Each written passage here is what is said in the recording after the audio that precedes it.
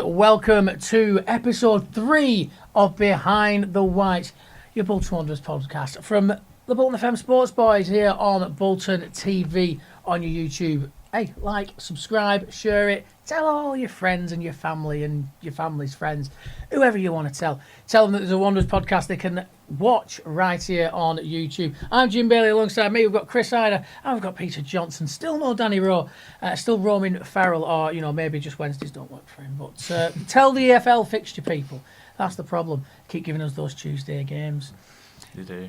But we'll crack on, and of course plenty to get through. We're going to have a little bit of a look at November in review for both the men's and women's teams, although to be honest with you, the women's team on that one might be a little bit fast, as they have only played the one game during the month of November. But, of course, it's been a busy one for the fellas. But, of course, 2 games since our last episode, and so we better get stuck into those to start with. First off, well, we'll do it chronologically. We'll start off with a slightly happier thing to talk about. Bolton Wanderers versus Blackpool at the Tough Sheet Community Stadium on Saturday. 2-1, the Wanderers taking it. Thomason and Collins with the goals for the Whites after Joseph had put Blackpool ahead in the first half. It was the stereotypical game of two halves, lads. I'm looking both ways. I don't know who wants to pick this up first. I'll happily start. There's a lot of talk, wasn't there, about... It seems to be the constant thing after every game. There's a constant kind of re-evaluation of Ian Everett's job security. After every single game, that seems to be the big question on everyone's lips. Is his job any more secure? And there seems to be a bit of a feeling among a lot of fans that it hadn't actually really bought him much extra credit, that win over Blackpool. But obviously, we now know what happened on Tuesday night against Cambridge. But at the time, I thought it was a really positive result. I thought it showed a resilience and a grit that we hadn't seen, and something that we talked about on the episode last week or a couple of weeks ago, Jim. That was a side to Bolton that we really thought we needed to see and that we hadn't been seeing. And as you say, they were really, really poor first half. Probably not sure they deserved to go behind necessarily, but certainly didn't deserve to be in front. And they really turned it on second half. 3 perfectly legitimate goals, one of which, of course, was ruled out. But I thought it was a really top performance in the second half, to be quite honest with you. And obviously, all that good work wasn't done against Cambridge. But, for what it's worth, that Blackpool game in isolation, I thought it was quite an impressive performance, really. Yeah, I can agree with that. And certainly on the point of that was never offside. He's never in the goalkeeper's view. You know what? I asked him at the presser on Monday prior to the Cambridge game, asking... You've had a look back at it. You said the referee had made strange decisions in your post-match interview to Derek. Are you any the wiser as to why it got ruled out? And he went, no, I'm not. I don't understand it myself. I ended up watching it twice during the match day. I ended up seeing it on the EFL highlights the next day. No further information as to why that goal weren't given. It seemed... I think he did say it as well to me. You could have had 4 keepers trying to keep out that shot by Charles. None of them would have ended up saving it. No, and it was never... He just wasn't in the goalkeeper's view. I mean, I'm pretty old school with my offsides, and, by the way I do it is, look, if you're in anywhere near the goalkeeper, I think you should be offside. But by the rules of offside, as they are now, I just don't understand how that positioning fit into it. I've never liked it. You remember the Kieran Lee goal? That wasn't against Burton a little over 3 years ago, where because he was impeding the Burton keeper's line of vision, therefore the goal didn't stand. And watching it, you end up going, "What?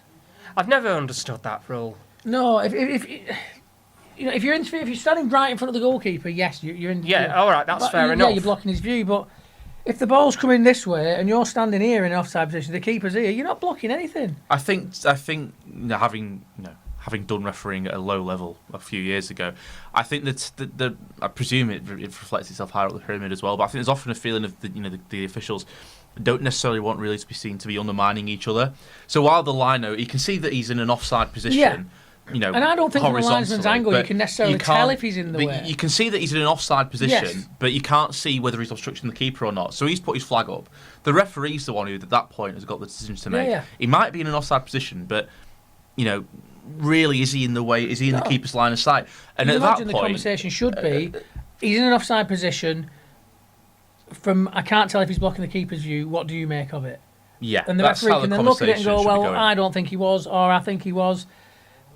I don't know where that's gone wrong because All I'm thinking is it was the linesman that made the call, and the referee, he could very easily have overruled his assistant. I mean, that's what I'm saying. That's the point. I don't think the referees and the linesmen want and to be seen to be over. He wasn't an experienced overruling each referee other. in that game as well. Yeah. It was the first time he'd refereed Wanderers, because that made me think, and I mentioned it on Wanderers Live last night on Tuesday, as it is Wednesday when we're recording this. And I looked back through his kind of refereeing history online, and I was like, oh, well, actually, he only started doing EFL games as a referee late last season. So, still a lot to learn, I think. But if you're that inexperienced, maybe that little bit of doubt in there if the linesman was a more experienced official, and he thought, well, I'll go with his kind of flag on this one because I'm not sure. Then I can see how maybe he's gone in that direction, but it just made no sense to me. But thankfully, it didn't matter at the end of the day because that very late, 94th minute, Aaron Collins' goal did manage to secure all 3 points for the Whites, and it was no less than we deserved in that second half. We were really good that second half. It starts for the full game, but 14 shots, only 4 on target is maybe slightly disappointing, but when you've scored 2 of those shots, I suppose it doesn't really matter. Especially when you've had a third ruled out for offside, which I imagine won't then also go down as a shot on target. So. No, it won't. No, but I think the fact that didn't matter in the end, I think was testament to that second half performance because, I can't speak on behalf of everyone, but watching that, I always felt that there was one more chance in that game.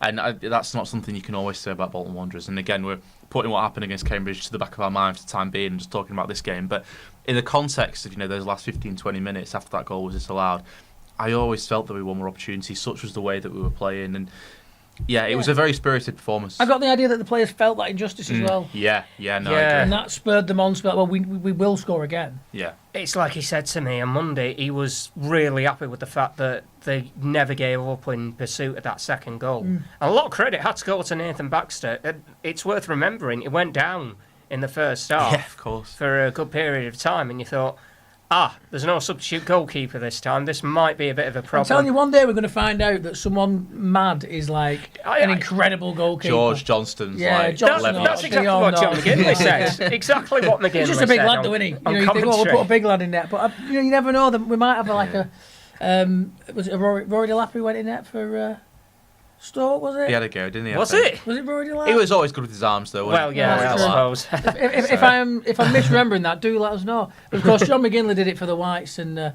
didn't concede. And there's been plenty of good goalkeeping performances from outfield players. You never know, we might have one of those. Last week you ended up discussing there were rumours that the captain George Thomason might be due a comeback ahead of schedule because we, I think, had been told back in October that you wouldn't see him until the end of November, start of December. He comes back into the game for the Blackpool fixture, and my goodness me, his presence. Didn't we know about it? As well as that goal. He does like scoring a cracking goal against Blackpool, doesn't he? It was an absolute banger as well, that one. And it was a captain's goal, it was a captain's performance, back in the side, and as you say, really making his presence felt. And it was a spectacular performance from him specifically in the second half. Yes, it was a great team performance as well, but it was just at another level, and that's what you can get from George Johnson, and I think as George Thomason, sorry, and as when you're in that, when he's in that captain's role, that really can spur on the rest of the team to lift with him. Which does beg the question: what's it going to be like next Tuesday when he's not available for Mansfield? Because we might as well address this here and now. He picks up a yellow card against Cambridge. That's number 5 for the season, so 1 game suspension.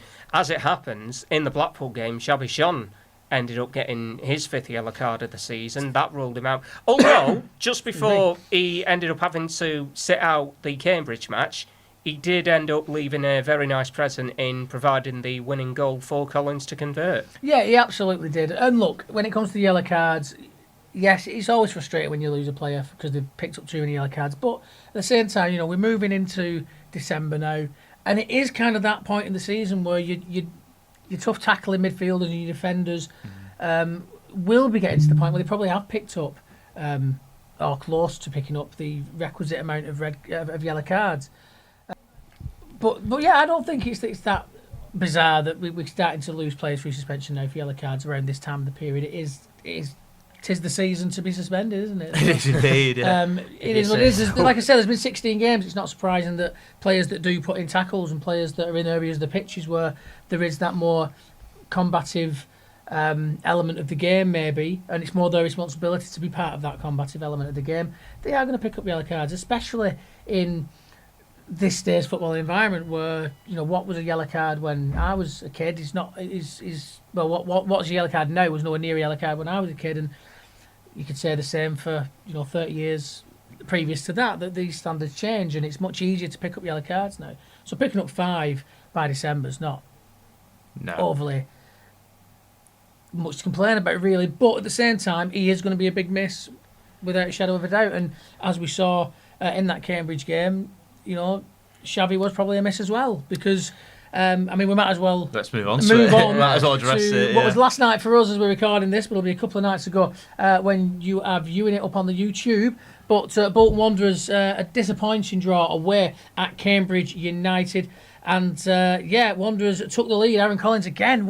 He's in an absolutely cracking vein of form. And although it was a disappointing result, you can't look at Aaron Collins at this moment in time and really give him much responsibility for what's going on, because he has bagged, what is it, like four in the last 3. 4 in the last 3, yeah. But we were saying, weren't we, a couple of weeks ago, Jimmy, after he got those couple of goals against Fleetwood, and we thought, we made the point that because we've got so many strikers and they're constantly being rotated kind of on 60, 65 minutes, get into a groove. It's difficult for them to get into a groove and really find rhythm in front of goal. And we speculated that, having got those 2 goals against Fleetwood, maybe it was time just to, give Collins a bit of a run in front of goal. And fortunately, that's exactly what Ian Everett's chosen to do. And for all the other issues, you say further behind him on the pitch or off the pitch or wherever we, put the blame for, poor form recently, Aaron Collins has risen above that in the last few games, certainly. And it's the first time really this season that, as we say, for all the embarrassment of riches we've got up front, it's the first time we've seen any one of the 4 of them really kind of settle into some sort of goal scoring rhythm, I would say. Although you can say in favour of Dion Charles, he is doing that underrated, underappreciated role that a forward can do. And this was always levelled at Kachunga unfairly, I felt, in that he would always work very hard to hassle and harry the defenders as much as possible, see if he could draw a foul here and there. And Dion has done that very well this season. I think it might well have come at the expense of getting a few goals on the tally in his favour. But he was doing that very well against Cambridge United, particularly in the second half. For what it's worth, he might well have ended up being the guy to open the scoring before Aaron ended up doing so. Then again, it was his attempt that was saved by Reyes that led to the corner, and it resulted in a red card for Jabril Okadina. Yeah. I don't get what happened. Actually, it's not the concession of the Cambridge goal that annoyed me. I noticed it in the Blackpool match. Why are the players, after a referee's given a decision, whether it's a free kick or a throw-in, why do they then argue the toss? What is the point of doing so? What are you doing, lads? No, I get where you're coming from with that. I mean, I get football's, obviously it's a passionate game and you get caught up in it, and at my lowly 5-a-side level that I played at, and the referee made a decision that you knew was wrong, the frustration and the being caught up in the moment, you would turn around and, have a word or whatever. But I wasn't being paid to do that, and I wasn't being paid to perform. And I think when it becomes to a level where maybe it's a distraction and their head's not on the game, it's on the decision, I think you've got to take a step back and think, like, come on, lads, let's not worry about that. But what I will say is that obviously, not long off coming back from his injury ahead of schedule.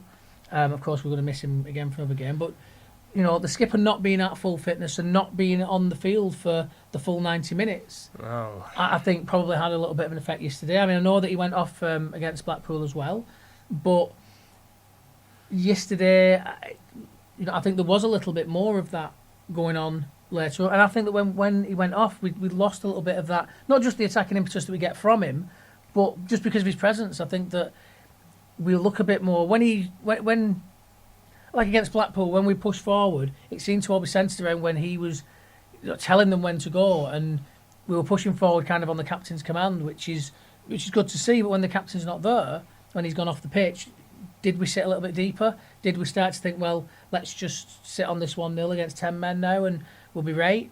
I don't know, but that's what it looked like to me watching it. We seemed to get deeper and deeper and deeper in the last few minutes of the game, and we got punished in the 89th minute. I mean, he was also on a yellow card, wasn't he? But again, he gets so many that you can't always assume that George Thomason's sub was down to him being on a yellow. Exactly, he's on a yellow all the All time, I'm thinking is, for the guys that came on, they ought to have done better at both ends of the field. You think, okay, Victor's coming on, that's going to be great for trying to defend free kicks, which didn't end up occurring that way. We'll get onto that in a tick.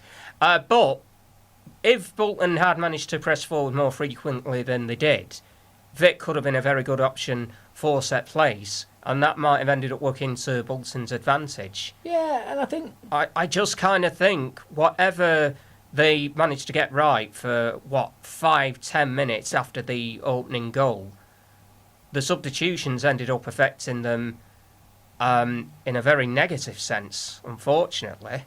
Yeah, potentially so.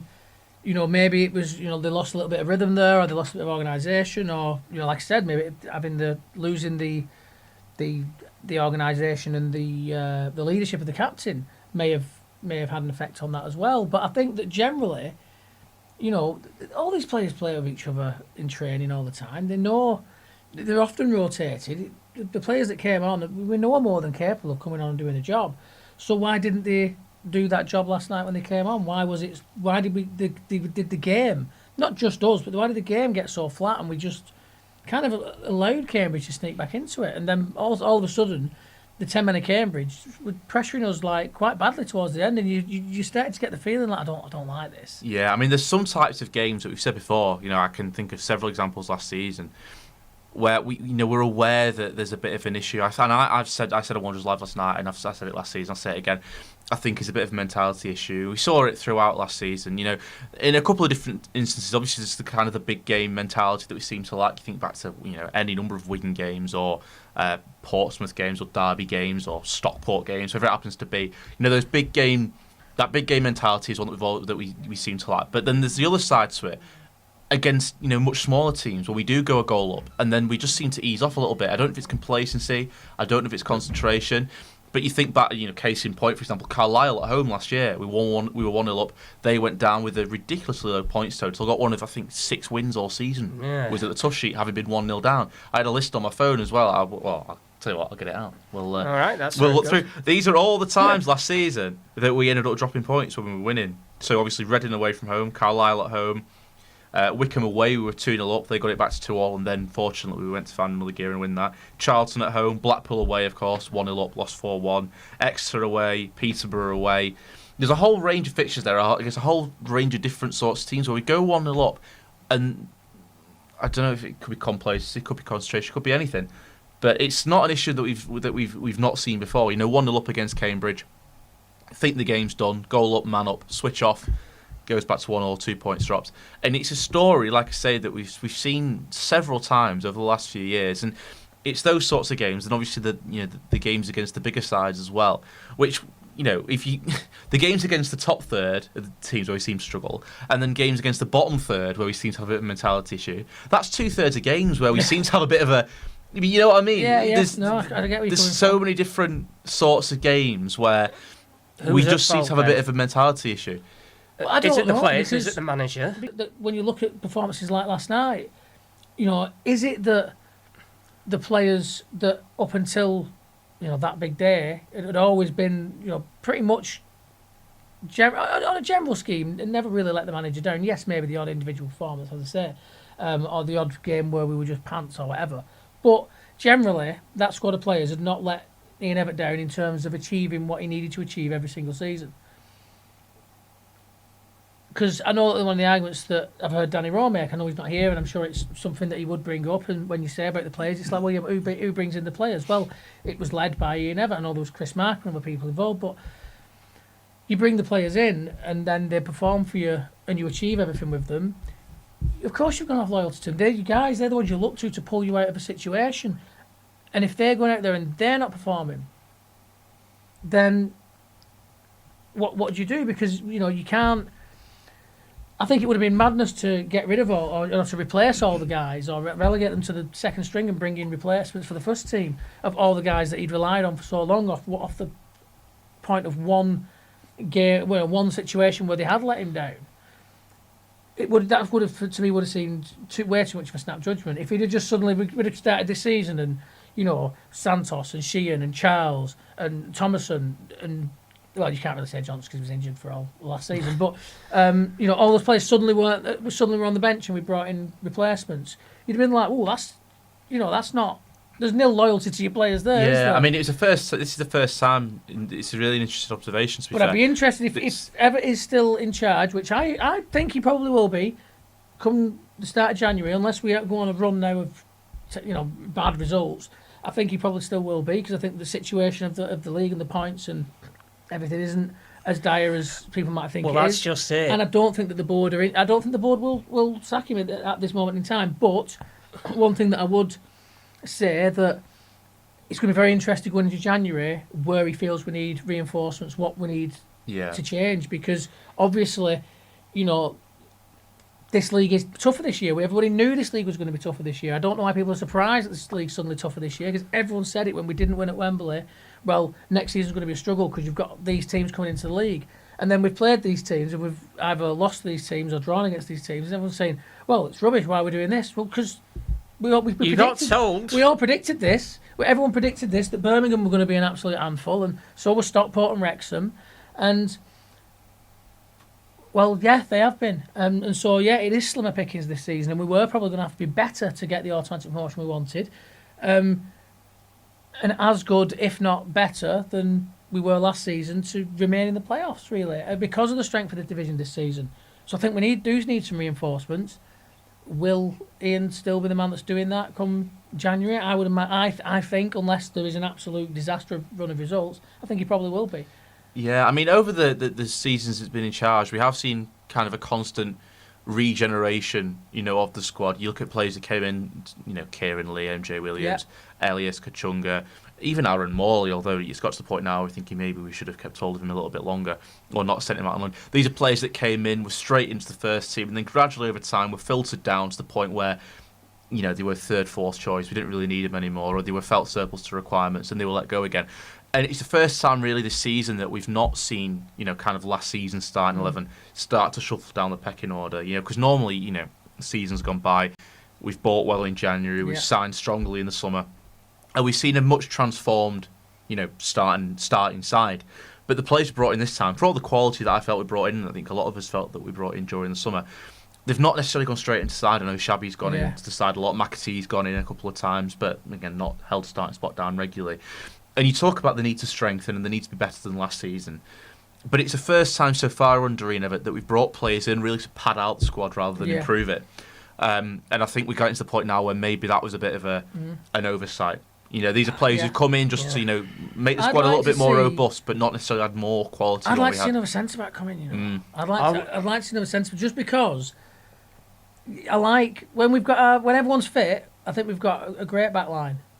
But when was the last time all of our centre-backs were fit at the same time? And for how long did that last? It doesn't seem to happen very regularly, does it? No, it doesn't. So I think we need somebody else in there because, I don't know, I just don't get the impression that Forrester seems to be of first team upper echelon League One level at this moment in time. And Forrester's good in the box, but if you're trying to ask him... he's not lunging in. Well, yeah, there is that as well. But he loves a rush of blood and just throwing himself in, and he gives away fouls a lot in dangerous positions or penalties. And try asking him to defend outside of the box, and he just doesn't appear to have it to me. And I think, it's not necessarily that it's not there. I think it's just not there yet. But we need a here and now when the likes of, Toll gets injured, and we know that, Johnson might get injured. It is what it is, and Santos has had time injured. I think we just need if you're going to play 3 centre-backs, I think you need at least 4 first-choice centre-backs. Yeah. That is very fair. And I don't think that's what we've got, because we've seen, Cogley filling in at centre-back, and it's not centre-back. To be honest, I think the one occasion where he did fill in at centre-back, he didn't do that bad. But he got caught out a couple of times, which is no fault of his own, just on the basis that he's not as big as you'd expect a centre back in League One to be, and so that was an issue. And Geff will play centre back, but again, he's not naturally a centre back for me. He's a full back / wing back, and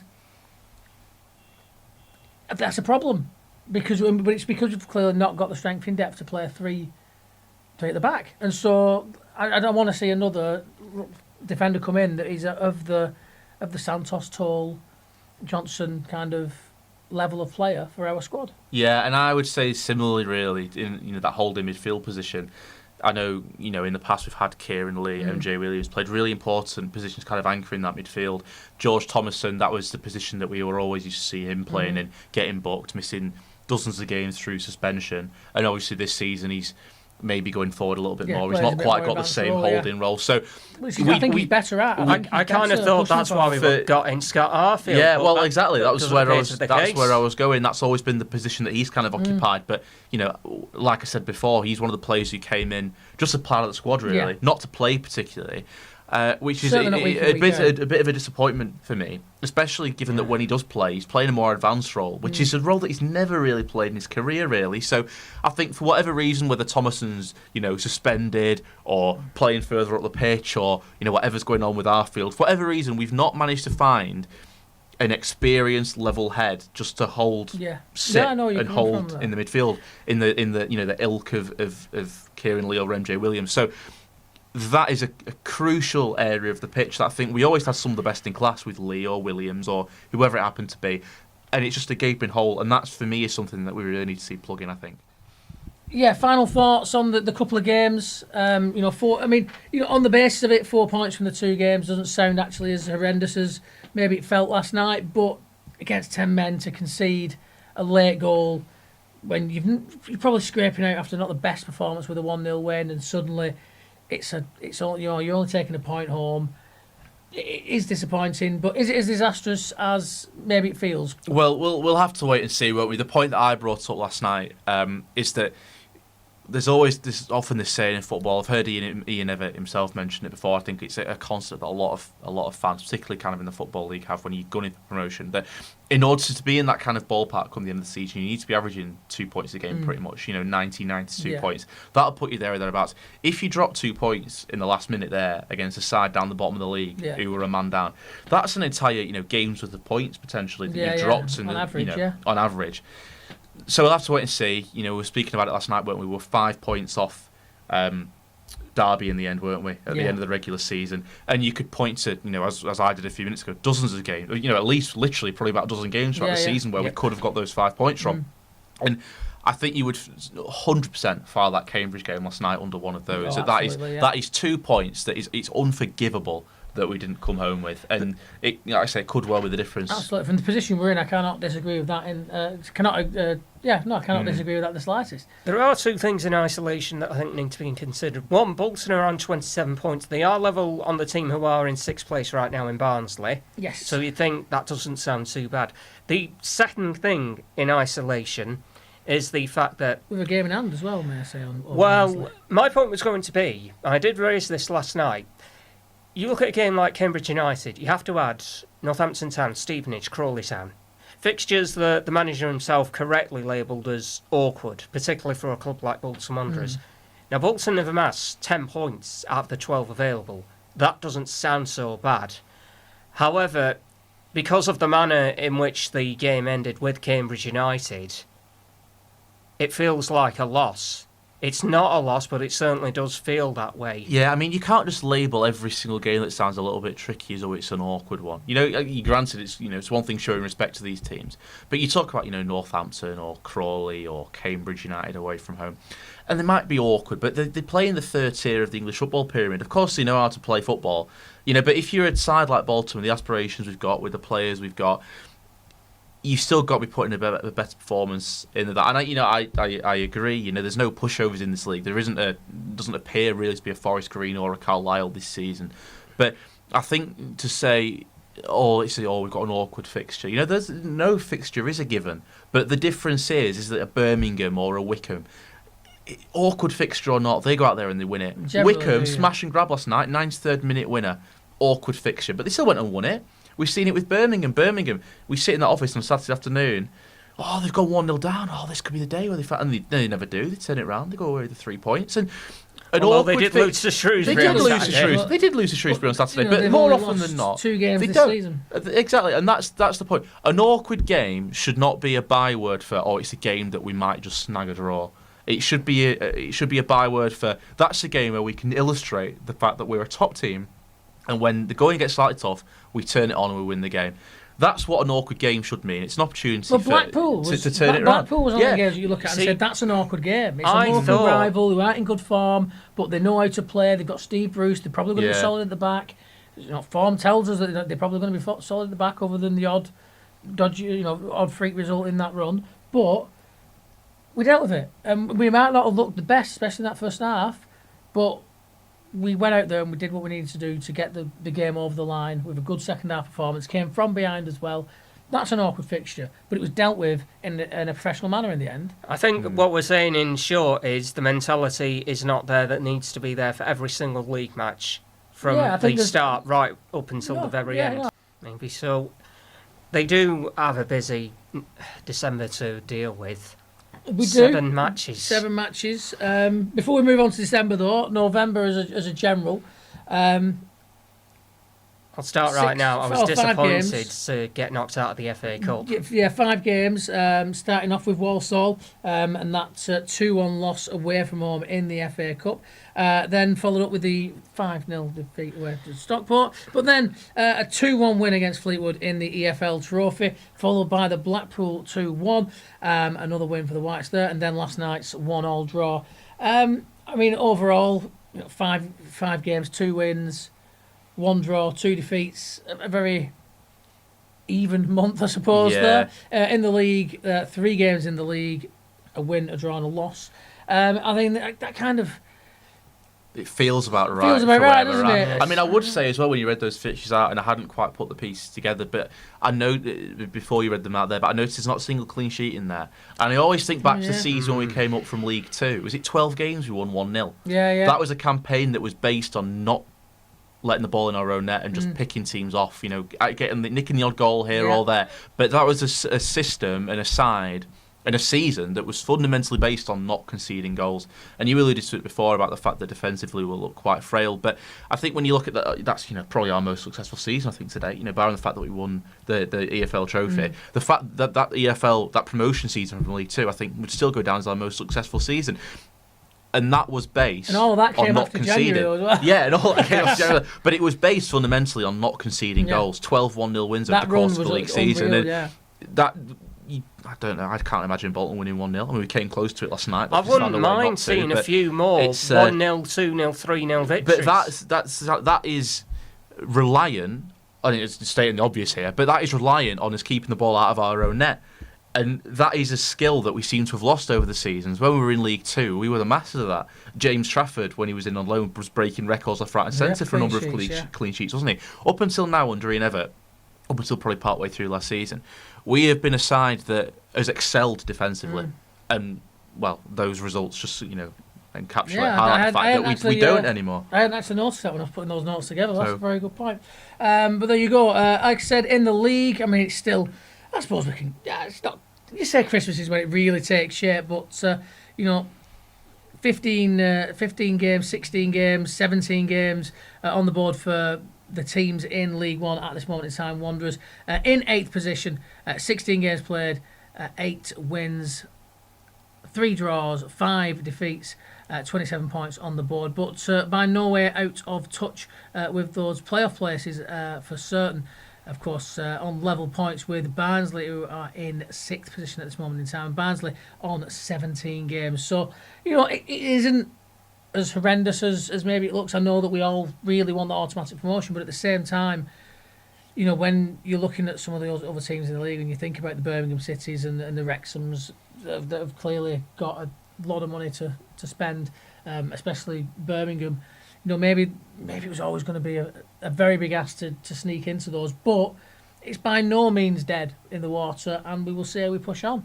But like I say, I can't see there being any managerial changes at about this time, unless the next few games are a run of of rubbish. That's the thing. I mean, I think going back to what you said right at the start, really, the constant after They're not that kind of board, you know, after every single game, this constant reassessment, and there's the fans kind of mumbling and grumbling. How has the latest result affected the stability of Ian Everett's job? And I get that. I completely get that. Whether you're Everton or Everton, yeah. I understand that it's disappointing. There's been a number of disappointing results recently, and after every game, there's obviously going to be, what does that do for Everett? What do we think at the minute? But the fact is that he's clearly not going to go anywhere. So all this is at the minute more long term than that. It's just a distraction, and whatever your arguments are for wanting to get rid of Ian Everett, whatever your arguments are for wanting to keep him, this constant reevaluation of how secure we perceive his job to be is just a huge distraction, because the board of the people who ultimately comes down to it, and they're not interested in him going anywhere. So it's noise, but it's not just noise. It's I think it's a serious kind of distraction. I think you can see that it's weighing heavily on the players and obviously Ian Everett too. We can't exactly jump at the fans who are the most vocal as much as we'd like to, because you'd just be playing right into their hands, the way I see it. I don't mind people having their opinion and voicing it, and at the end of the day, it's football, and what do we love about football is that we can all talk about it, and we have different opinions, and we can argue and debate and row and all of that. My opinion is, at this moment in time, I still think that it would be too early to start swinging the axe, because, like I said, I think he's still got some credit in the bank, but I also realise that with moments like last night and games like that Stockport game, that credit is starting to run out, and it will eventually run out. That's football, it is what it is. But I'd also say, while it is, like, performances are important, and we want to see good performances and exciting performances and performances that make us go away thinking, wow, how good were we today? It's a results-based business, and the results are based on a season-to-season basis a lot of the time. And at this moment in time, we are nowhere near out of the race to get into the Championship next season. So I just can't see the board being all that choppy right now. But who knows? It's a funny old game, as they say. Yeah. As Greavesy said. So it is what it is, and we will see. But I just can't see there being a change. Like I said, unless the next run of games is an absolute shocker of results, 2 or 3, 4 in a row, then you're looking down the barrel, I suppose. But at this time, I think I just don't think we've got that kind of board that makes those kind of snap decisions.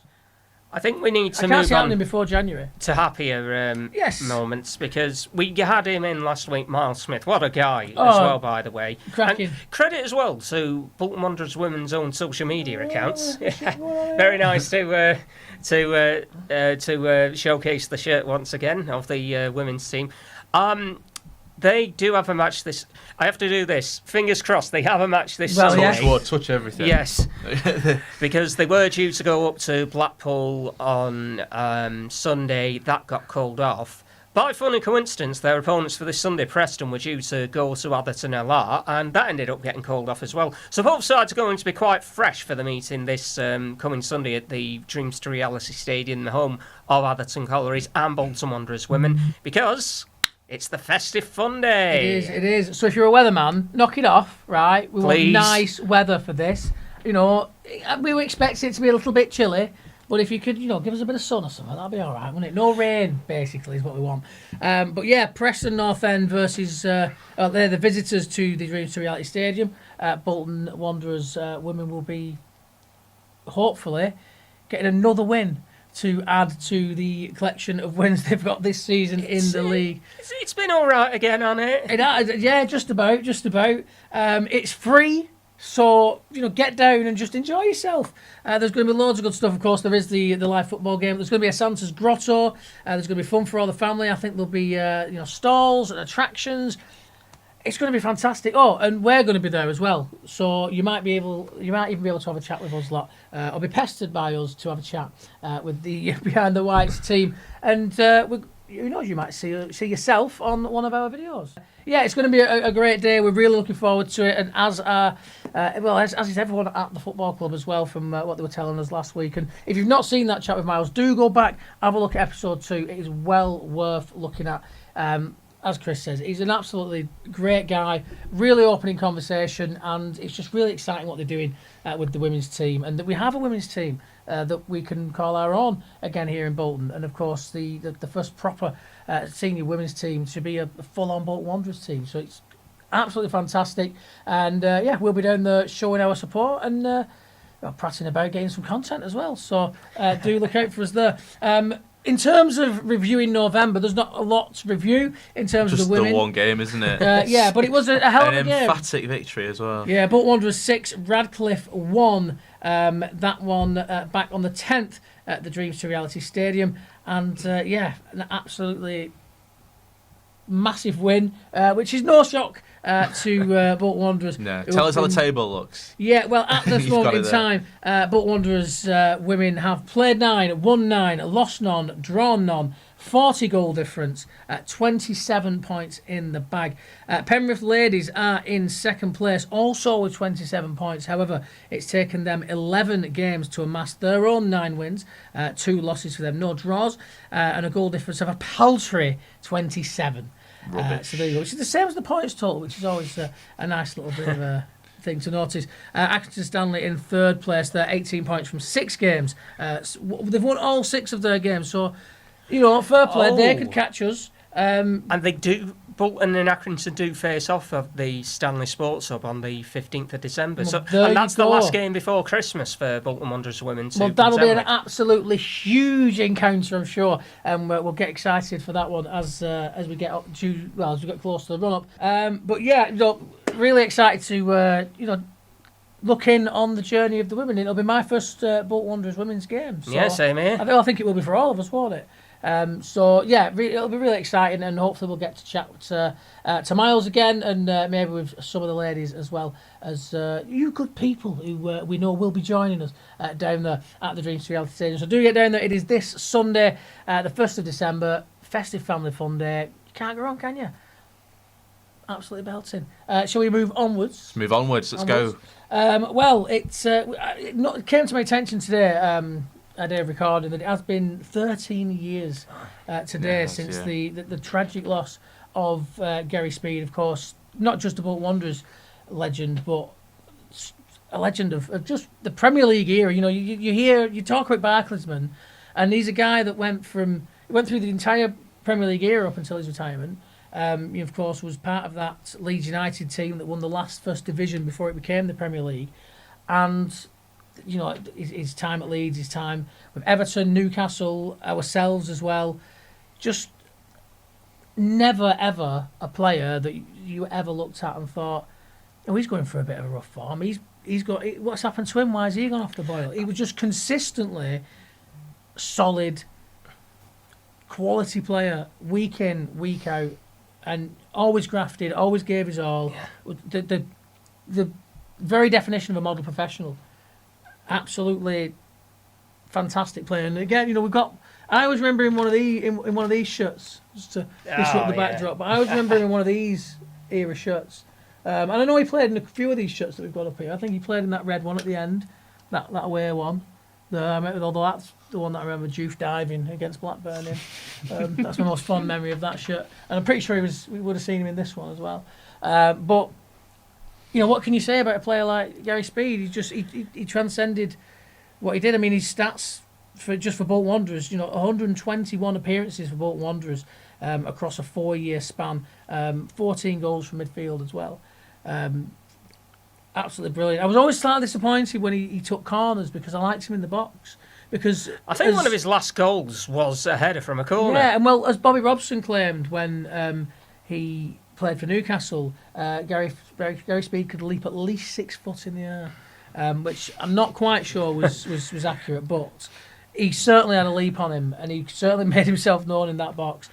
And again, I can genuinely not think of a poor performance from Gary Speed at any point during his career, really, but specifically in the Bolton Wanderers days. He was probably one of the most reliable, dependent guys you could imagine at your club. I seem to recall when Bolton got him in the summer of 2004, it felt like a case of, that's pretty good, that. Yeah, I was like, that's a signing. Yeah, I was pretty happy to see him come to Bolton Wanderers because even at 35, it wasn't one of those things where I No. thought, why have we got this over the hill guy? It was just kind of, Gary Speed's here, great. And anybody that did look at his age when he came to the club and thought, well, are we gonna, are we getting him on the tail end?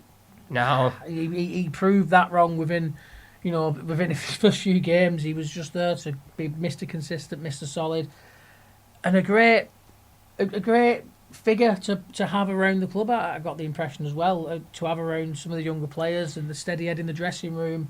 And that kind of reflected when he went into coaching and went into management.